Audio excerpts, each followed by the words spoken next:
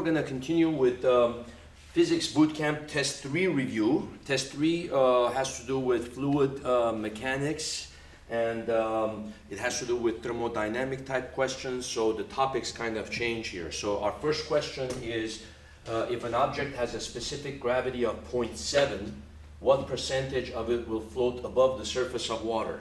So we're going to learn about specific gravity, density, and flotation, and all of that kind of stuff. Well, what does a specific gravity mean? The specific gravity of a substance is the ratio of its density to the density of water. That's pretty much it, okay?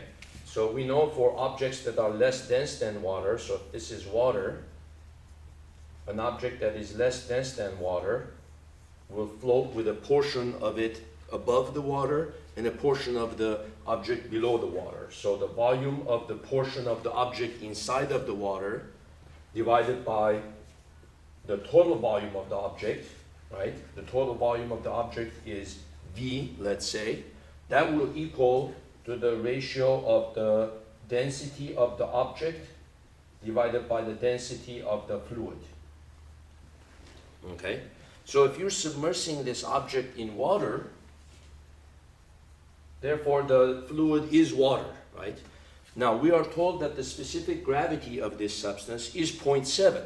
That means the density of the object divided by the density of water, in this case it is water, this is already 0.7, right? So what does that mean? 70% of the volume of the object will be submersed inside of the water. 70% is submersed inside the water. What portion of the object is floating on top of the water? 30%. 30%. So 70% is in water, 30% is above water. If you look at an ice cube, actually, ice has a density of 0.92. Its specific gravity is 0.92. Because if you divide this density by the density of water is just 1, right? So the specific gravity of ice is 0.92. So what ratio of the ice is inside of the water? 92%, right? What portion of the ice is above water? 8%.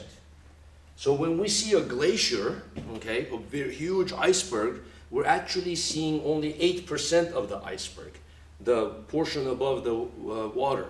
Most of the iceberg is actually below water, okay?